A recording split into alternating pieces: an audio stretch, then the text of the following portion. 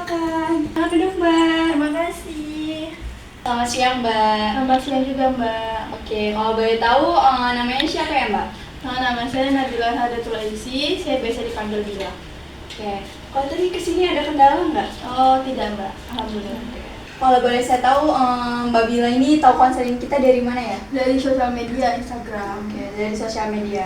Oh ya, Mbak Bila ini sebelumnya udah pernah melakukan sesi konseling? Belum pernah. Oh jadi Mbak Bila ini baru pertama kali ya melakukan sesi konseling ya? Baru pertama kali ini. Konseling. Baik, karena baru pertama kali, jadi Mbak Bila santai aja ya ngomongnya, kayak kita lagi anggap aja lagi cerita gitu. Jadi nggak usah takut, ragu untuk melakukan takut untuk berbicara.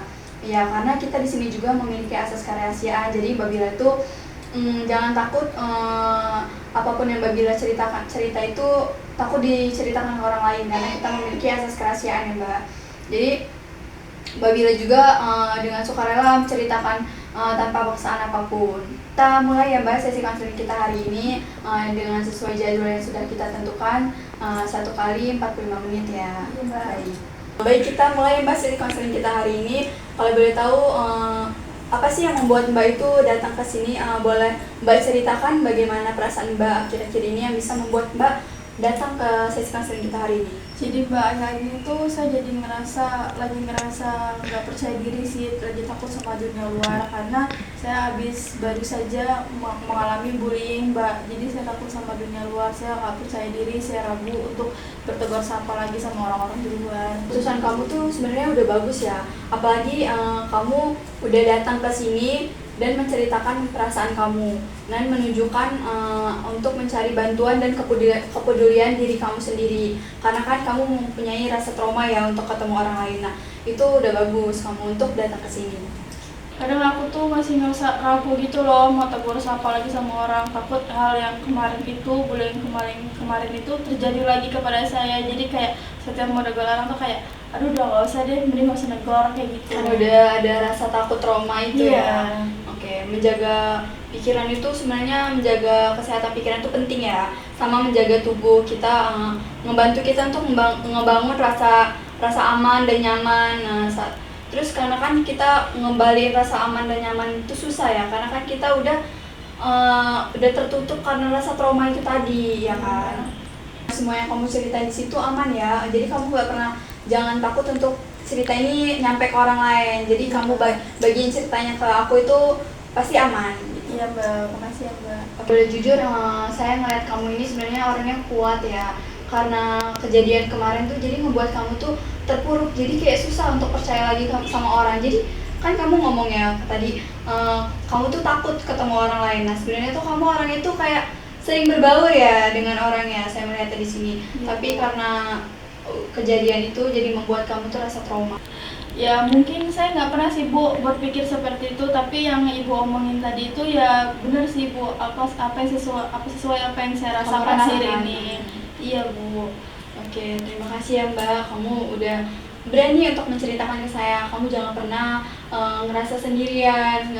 Saya akan selalu ngedukung kamu, selalu ngebantu kamu, selalu menuntut kamu sampai menemukan jalan keluarnya. Baik Bu. Tadi kan kamu cerita nih, kalau kamu ketemu orang lain itu maksudnya kamu ngerasa cemas atau ngerasa terancam? Cemas banget Bu, takut banget orang itu mau ngebully kayak kemarin lagi, kayak seolah-olah pokoknya orang itu mau nyakitin saya lagi sampai saya tuh nggak bisa ngerasa si baiknya dalam orang itu lagi, kayak jadi kamu ngeliat orang itu kayak semua orang tuh jahat jahat banget ya.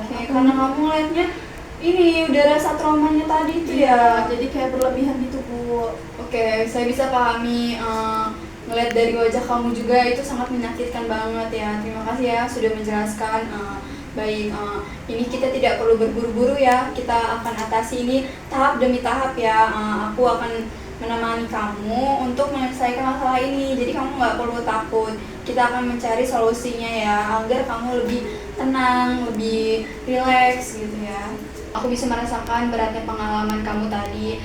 Kalau ada bagian cerita yang tidak terlalu sulit dibicarakan sekarang, tidak apa-apa, bisa pelan-pelan. Apa yang kamu butuhkan gitu.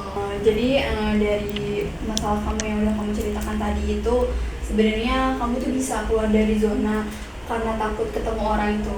kamu perlahan untuk melihat kayak jangan melihat semua orang itu salah, jangan melihat semua orang tuh jahat gitu ya.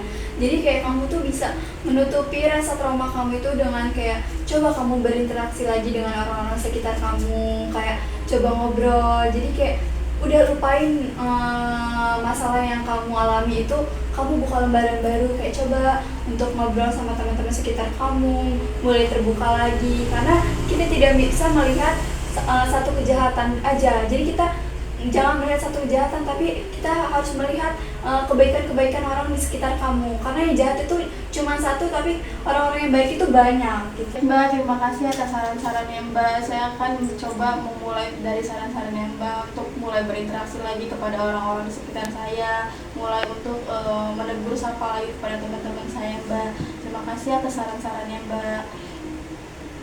Iya, baik. Nanti boleh dicoba ya. Nanti kita bisa melihat perkembangannya di pertemuan selanjutnya ya. Kita melihat perkembangan Babilanya di pertemuan selanjutnya, kayak udah ada perbaikan atau belum. Jadi udah bisa berinteraksi kepada orang-orang sekitar gitu ya. Dicoba aja Mbak, nanti bakal terbiasa kok gitu. Baik Mbak. Oke,